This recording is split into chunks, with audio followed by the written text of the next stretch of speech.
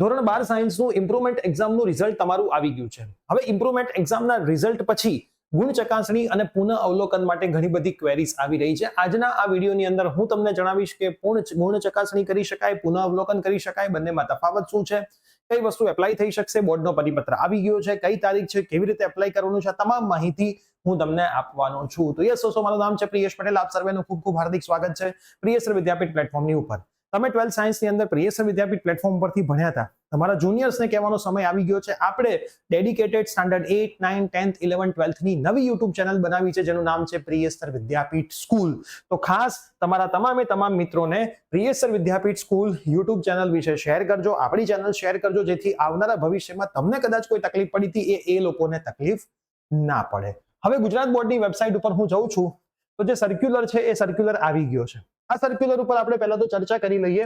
ગુજરાત માધ્યમિક અને ઉચ્ચતર માધ્યમિક શિક્ષણ બોર્ડ ગાંધીનગરની અખબાર યાદી જણાવે છે કે ધોરણ 12 વિજ્ઞાન પ્રવાહની પૂરક પરીક્ષાનું પરિણામ 12/7/2025 ના રોજ જાહેર થયેલ છે. જે ઉમેદવારો ગુણ ચકાસણીની અરજી કરવા ઈચ્છતા હોય તેમને બોર્ડની વેબસાઇટ ઉપરથી 14/7/2025 બપોરે 2 વાગ્યાથી 21/7/2025 ના સાંજે 5 વાગ્યા સુધી રજીસ્ટ્રેશન અરજી કરી શકશે અને ઓનલાઈન જ અરજી તમારે કરવાની છે. જેમ ગુજરાત બોર્ડના મેઇન રિઝલ્ટ વખતે તમે કર્યું હતું એમ સેમ કરવાનું છે. ઓનલાઈન તમારે પેમેન્ટ કરી શકશો. Credit card, debit card, net banking અથવા તો SBI બ્રાન્ચ પેમેન્ટ દ્વારા પણ તમે SBI બ્રાન્ચમાં પેમેન્ટ કરી શકશો. હવે ગુજરાત બોર્ડની વેબસાઇટ www.gacb.org તમે ઓપન કરશો, એમાં બોર્ડ વેબસાઇટ અહીંયા છે, એના ઉપર તમે ક્લિક કરશો એટલે જો અહીંયા લાવી ગયું છે ધોરણ 12 વિજ્ઞાન પ્રવાહ પૂરક પરીક્ષા એપ્લાય કેવી રીતે કરવાનું. એમાં સૌથી પહેલા તમારે આમાં રજીસ્ટર કરવાનું રહેશે.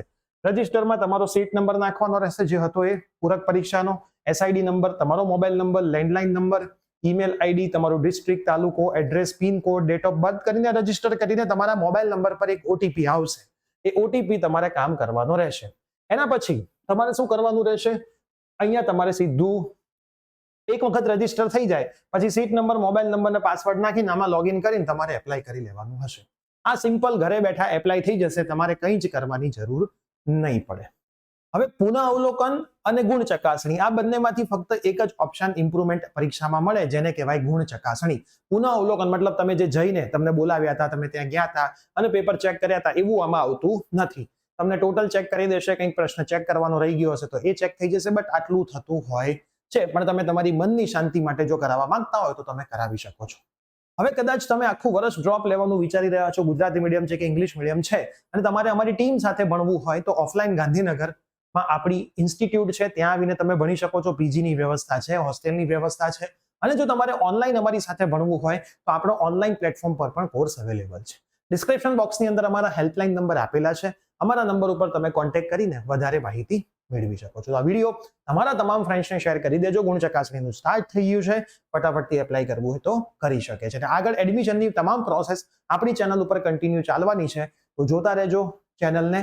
અને કંઈ પણ તકલીફ પડે તો તમે અમારા વિડીયો જોશો તો તમારા બધા જ સોલ્યુશન નીકળી જશે. Bye bye, take care.